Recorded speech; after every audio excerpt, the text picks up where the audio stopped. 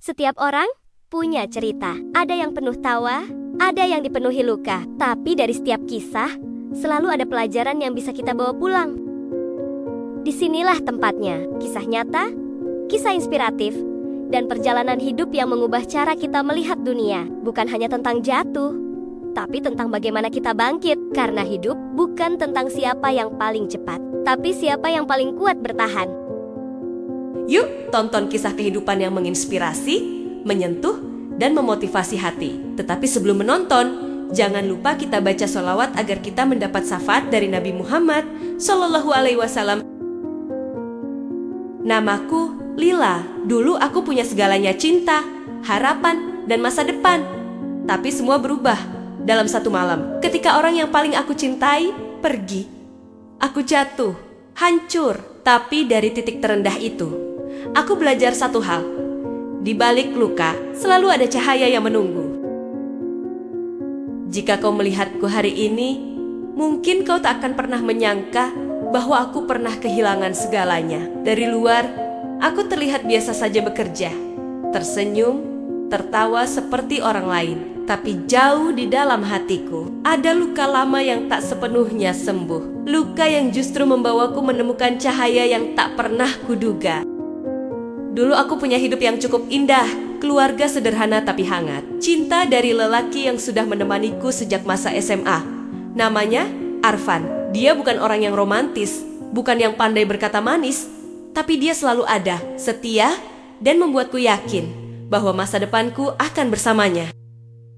Kami merancang pernikahan, bahkan sudah menyimpan sebagian tabungan bersama. Kami berdua punya impian yang sama, menikah, tinggal dekat orang tua, hidup sederhana tapi penuh cinta. Hingga suatu malam, telepon berdering dan semuanya berubah.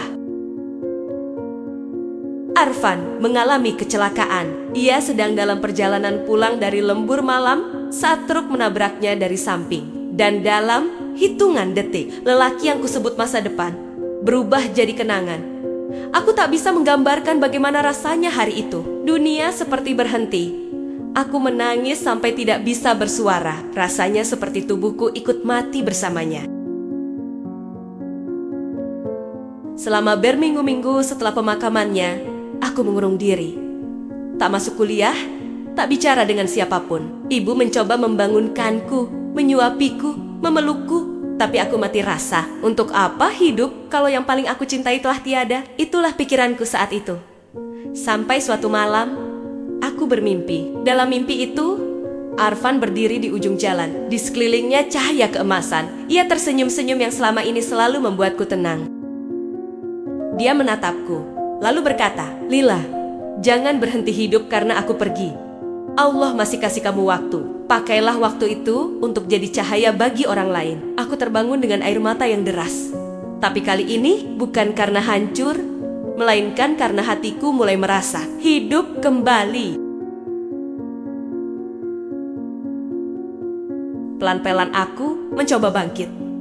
Aku lanjutkan skripsiku, aku kembali ke kampus. Meskipun setiap sudut kota mengingatkanku padanya, aku belajar untuk tidak lari. Dan untuk pertama kalinya, aku mulai ikut kegiatan sosial, mengajar anak-anak di daerah pinggiran kota.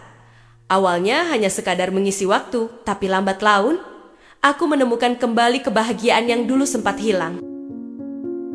Melihat anak-anak tertawa karena berhasil membaca, melihat ibu-ibu tersenyum saat diberi sembako, dan mendengar terima kasih dari orang-orang yang tak pernah mengenalku, ternyata jauh lebih menyembuhkan daripada sekadar menangis dalam diam. Hidup tak pernah kembali seperti dulu, tapi aku tidak lagi hancur.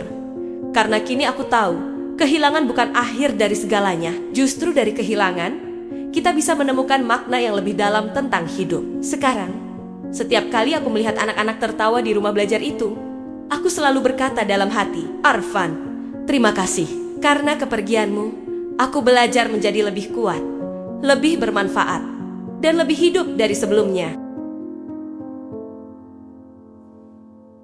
Kau yang sedang mendengarkan ini mungkin juga sedang mengalami luka, kehilangan orang tersayang, harapan yang gagal, atau masa lalu yang membuatmu ingin menyerah. Tapi ingatlah, di balik luka selalu ada cahaya yang menunggu. Kau hanya perlu bersabar, menunggu, dan perlahan melangkah. Karena bisa jadi, luka hari ini adalah alasanmu untuk bersinar esok hari.